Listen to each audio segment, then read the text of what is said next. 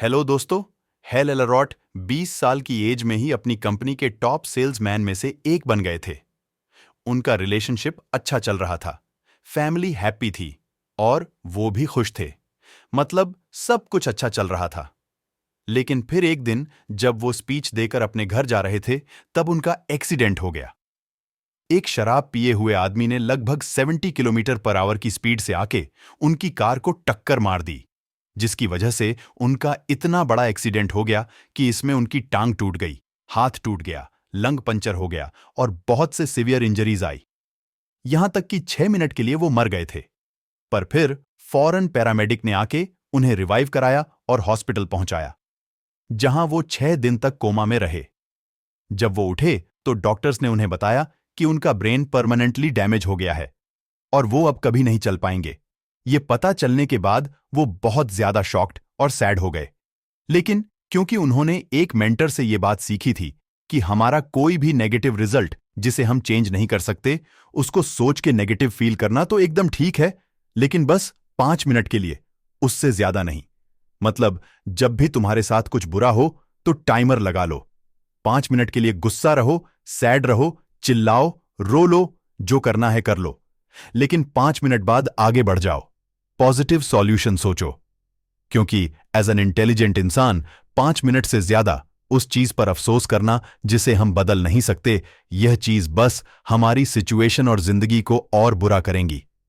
इसलिए पॉजिटिवली आगे बढ़ो। और यही बात हेल ने तब भी अच्छे से याद रखी। उन्होंने यही सेम रूल अप्लाई किया और फिक्र करना बंद कर दिया। उन्होंने एक्सेप्ट कर लिया कि हां ठीक है, अब ज्यादा से ज्यादा दो ही चीज हो सकती है। या तो जैसे डॉक्टर बोल रहे हैं कि हां मैं कभी नहीं चल पाऊंगा, जो कि अगर हुआ भी तो मैं व्हील चेयर से चलने वाला सबसे खुश इंसान बन के दिखाऊंगा। या तो दूसरा ऑप्शन, मैं डॉक्टर की बात को गलत साबित करके दिखाऊंगा और वापस चलने लगूंगा। यह दो चीजें डिसाइड करने के बाद उन्होंने अपनी टेंशन और स्ट्रेस को एकदम खत्म कर दिया। वो हंसी मजाक करने लगे। यह देखकर डॉक्टर को लगने लगा कि शायद हेल सच्चाई एक्सेप्ट नहीं करना चाहते और उन्हें गहरा सदमा लग गया है। बट बात तो कुछ और थी। इसके बाद इस पॉजिटिव एटीट्यूड और खुशी से जीने का रिजल्ट यह निकला कि हेल बहुत जल्दी जल्दी ठीक होने लगे। इतना जल्दी कि डॉक्टर भी हैरान हो गए।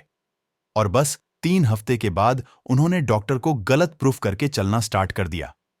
अब यह सब होने के बाद सब कुछ फिर से सही और अच्छा हो गया। हेल अपनी नॉर्मल लाइफ में वापस आ गए, पहले से ज्यादा कॉन्फिडेंस के साथ। जिसके बाद उन्होंने अपनी कंपनी में कई सेल्स के रिकॉर्ड तोड़े, बहुत सारे पैसे कमाए, अपना खुद का बिजनेस खोला, शादी कर ली, एक नया घर लिया और सब कुछ एकदम बेस्ट होने लगा। बट फिर उनकी लाइफ में एक बड़ा झटका आया। 2007 में इकोनॉमी क्रैश हो गई, जिसकी वजह से उनका बिजनेस रातों रात डूबने लगा। वो उस वक्त अपनी लाइफ के सबसे बुरे फेज में पहुंच गए। हेल बताते हैं कि यह फेज उनकी लाइफ का सबसे बुरा फेज था, क्योंकि इस बार हर दिन उनके साथ बुरा और बुरा होते जा रहा था। वो हर दिन और गरीब होते जा रहे थे। उन्हें कुछ समझ नहीं आ रहा था। सो तब उनकी वाइफ ने सजेस्ट किया कि वो अपने एक फ्रेंड के पास जाके उनसे सजेशन ले।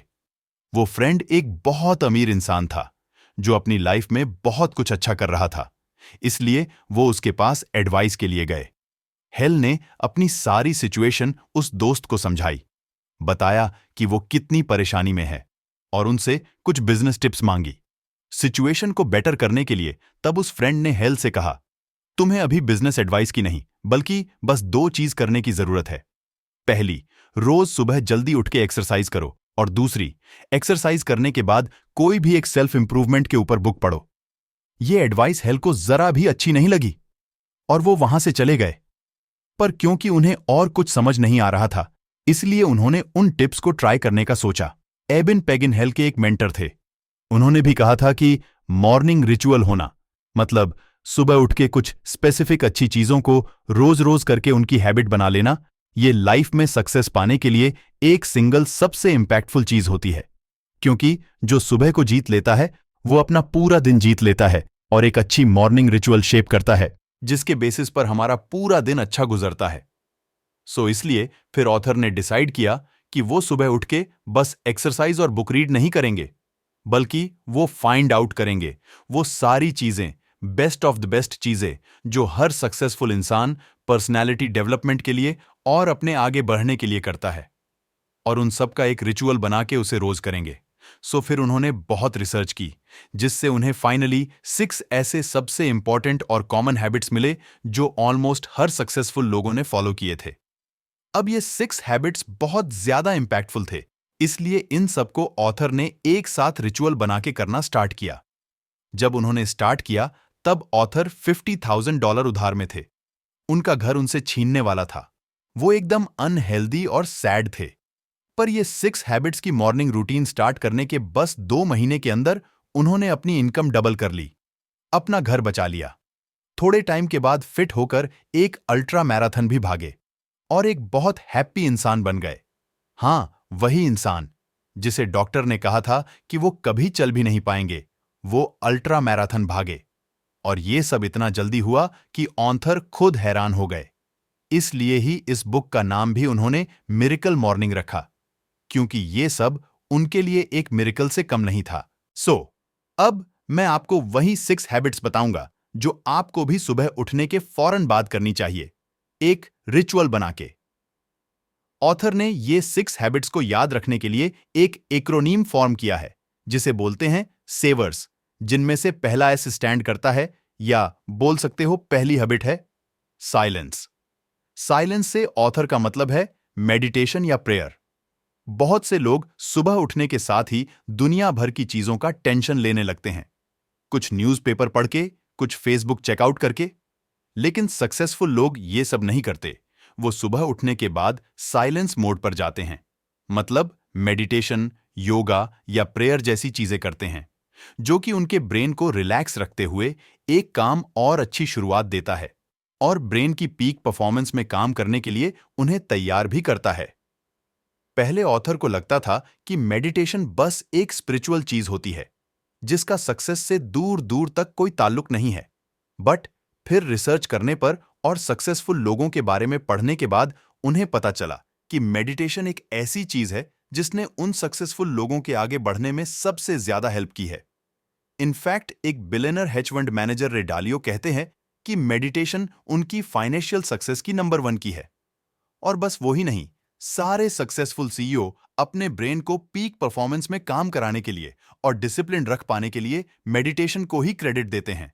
इसीलिए सबसे पहली चीज, प्रैक्टिस साइलेंस। सेकंड ए से आता है अफर्मेशन। अफर्मेशन एक पावरफुल टेक्निक है जिसे कई सक्सेसफुल लोग यूज करते हैं। अफर्मेशन और कुछ नहीं, बस एक पॉजिटिव स्टेटमेंट होता है जो हम अपने आप को बार बार बोलते हैं, जिसे वो बात हमारे सबकॉन्शियस माइंड में बैठ जाती है, जिससे हमारा ब्रेन वो बात सच मानने लगता है और फिर हम रियलिटी में भी वैसे बनने लगते हैं।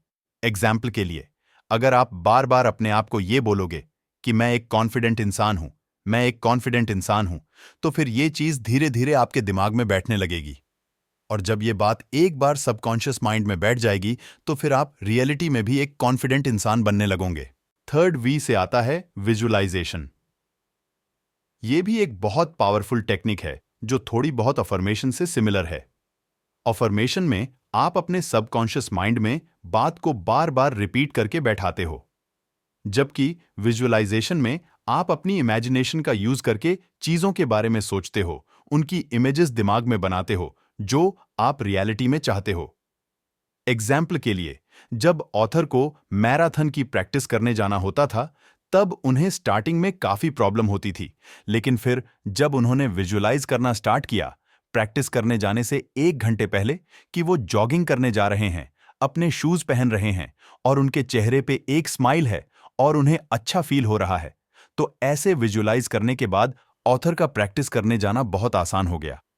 ऐसे ही आप भी बहुत सी अलग अलग चीजों के लिए विजुअलाइजेशन कर सकते हैं।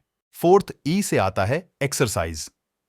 सुबह एक्सरसाइज करने के साइंटिफिक बेनिफिट्स भी है, क्योंकि एक्सरसाइज से आपके दिमाग में ज्यादा ऑक्सीजन जाता है, आपका दिमाग एंट्रोफिन रिलीज करता है, आपकी थिंकिंग क्लियर होती है, आपको बेटर फील होता है, पूरे दिन के लिए आपकी एनर्जी लेवल बढ़ जाती है, एंड ऐसे ही बहुत सी अलग अलग फायदे होते हैं।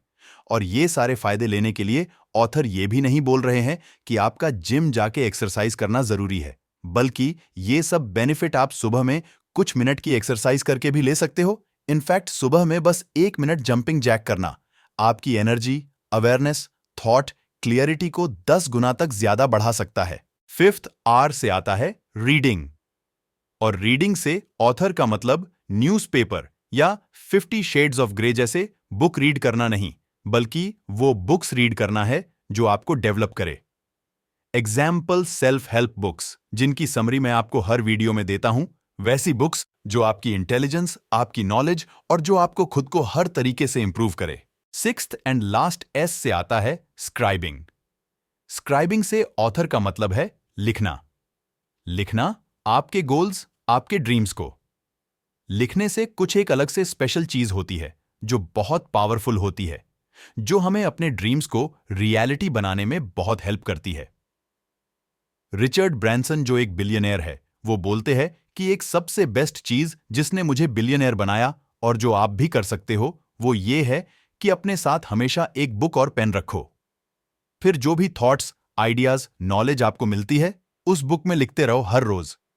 ये सिंपल चीज आपको बहुत हेल्प करेगी।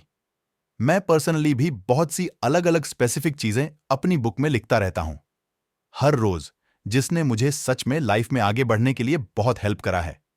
इसलिए आप भी एक हैबिट बना लो और रोज एटलीस्ट थोड़ा टाइम निकाल के लिखा करो। मोबाइल से बहुत ज्यादा बेटर होती है एक फिजिकल बुक। इससे ट्राई करो कि आप भी एक बुक मेंटेन रखें मेरी तरह। अभी के लिए लाइक करें और कमेंट करके बताएं आपको कौन सी हैबिट सबसे ज्यादा इंपॉर्टेंट लगती है, या आप कौन सी हैबिट को फॉलो कर रहे हो। शेयर करें इस वीडियो को अपने फ्रेंड्स और फैमिली के साथ। सब्सक्राइब करें, मैं ऐसी काम की बातें आपके साथ शेयर करता रहूंगा। Finally, thanks for watching.